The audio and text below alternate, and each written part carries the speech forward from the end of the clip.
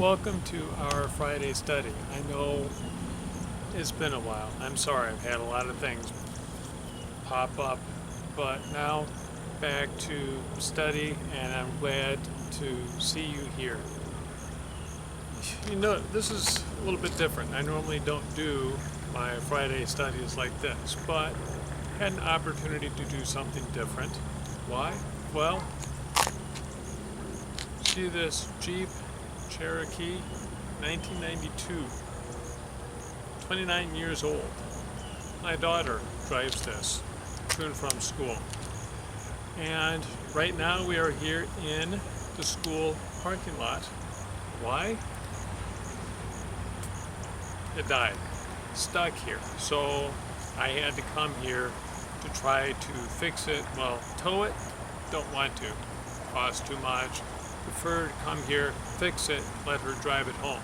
So I thought this is a good example of several things. So today and the next week, 2 weeks, 3 weeks, we'll be looking at this Jeep as an example for us of our Christian life. Today we're going to think about value. Value. What's something worth? A lot of people would say this thing is not worth much. Breaks down too much.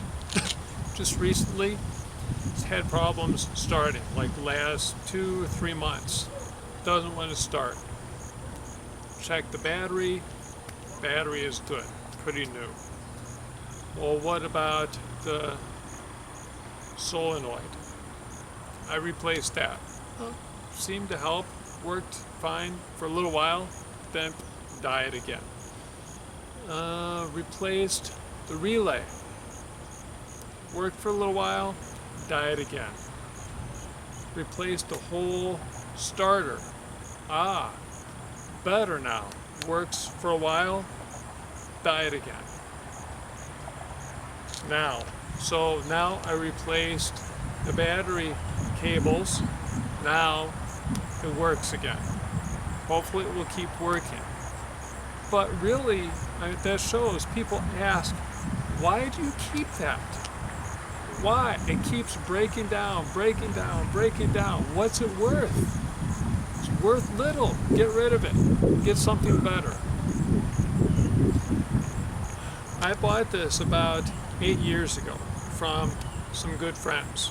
And when they sold it, at that time, this was 21 years old.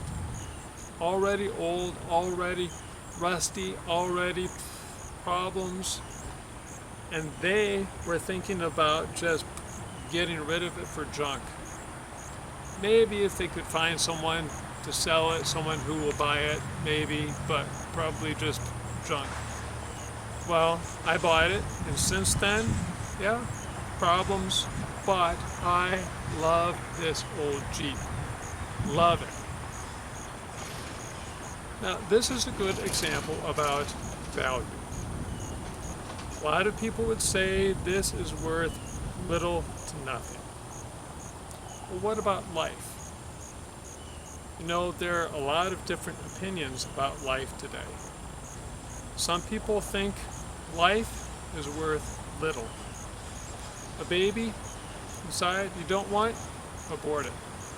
You know, there's a law in Texas right now that the Supreme Court recently approved, allowed to continue as law for now. It says after about 6 weeks inside, can't abort. New law that protects life much.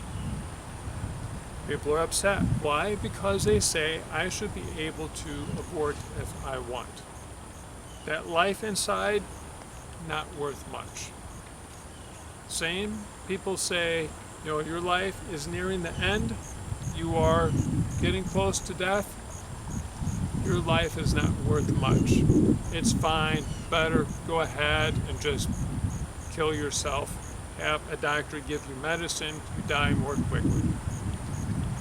Other people say, person has disabilities, oh, their life, pity them, their life is not worth much because with disabilities they can't have a full life.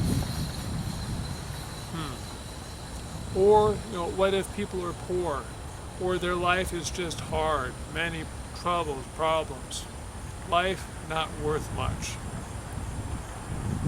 That's people's opinions. What does God say? God says a couple things about life. First, most important, God treasures life.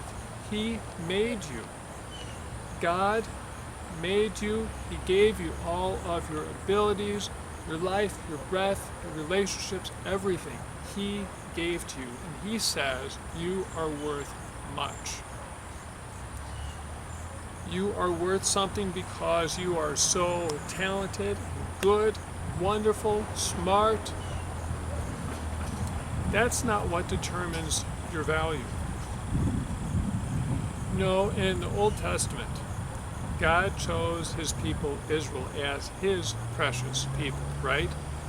Remember, He called His people out from Egypt, and He took them to the mountain. God gave them the 10 Commandments, led them into the Promised Land, and in Deuteronomy chapter 7, verses 7 through 9, Moses is preaching to the people of Israel, looking back and remembering everything that God has done for them. And Moses asks, why did God choose you? Why are you so important that God would love and cherish and choose you? Because you are the biggest, most powerful people? No. You're small. You're weak. Nothing. Why should God choose you? God chose you because He loves you. Because He promised for your fathers that He would choose you and make you His people. So their value was because God loves them. Not because they were great or powerful or rich or beautiful or anything like that. It's because He loves them and chose them. Because of His grace, His love. Same for you, because of what God has done for you through Jesus. Romans chapter 5, verses 6 through 8 says that while we were helpless, Christ died for us. Maybe, a righteous person, hard to die for them. Maybe for a very, very good person, someone is willing to die. But God proved His love for us. God showed His love. How? While we were still sinners, Christ died for us. See, we had ourselves tremendous worth. No, we were weak, we were helpless, we were sinful, we were in rebellion against God. But God said, you people are worth much to Him. He decided that. He gave you value and He proved it, showed it. How? Because Jesus died for you. Jesus died for you means He bought you using Christ's blood.